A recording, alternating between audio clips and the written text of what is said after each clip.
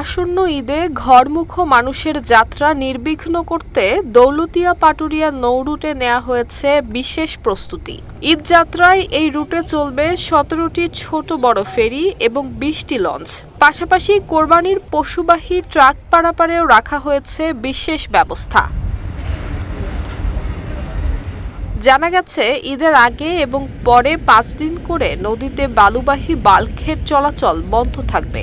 যাত্রীদের নিরাপত্তায় ফেরিতে ওঠার আগে বাস থেকে নেমে যাওয়ার নির্দেশনা দেওয়া হয়েছে। পাশাপাশি লঞ্চে বাধ্যতামূলকভাবে রাখতে হবে লাইফ জ্যাকেট এবং লাইফ বয়া। এছাড়া অতিরিক্ত ভাড়া আদায়ের বিষয়টিও থাকবে কঠোর নজরদারিতে।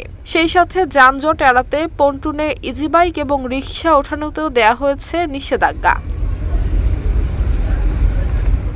এই ঈদে যাত্রী সেবায় দৌলতদিয়া ঘাটে ওয়াশ ব্লক, নারীদের জন্য ব্রেস্ট ফিডিং কর্নার এবং পর্যাপ্ত আলোকসজ্জারও ব্যবস্থা রাখা হয়েছে।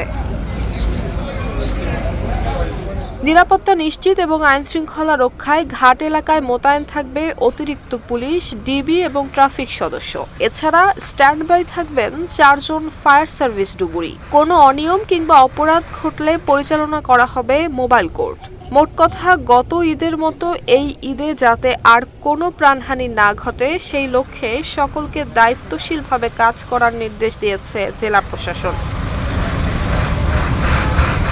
নুসরাত জাহান মেহেক, ঢাকা পোস্ট।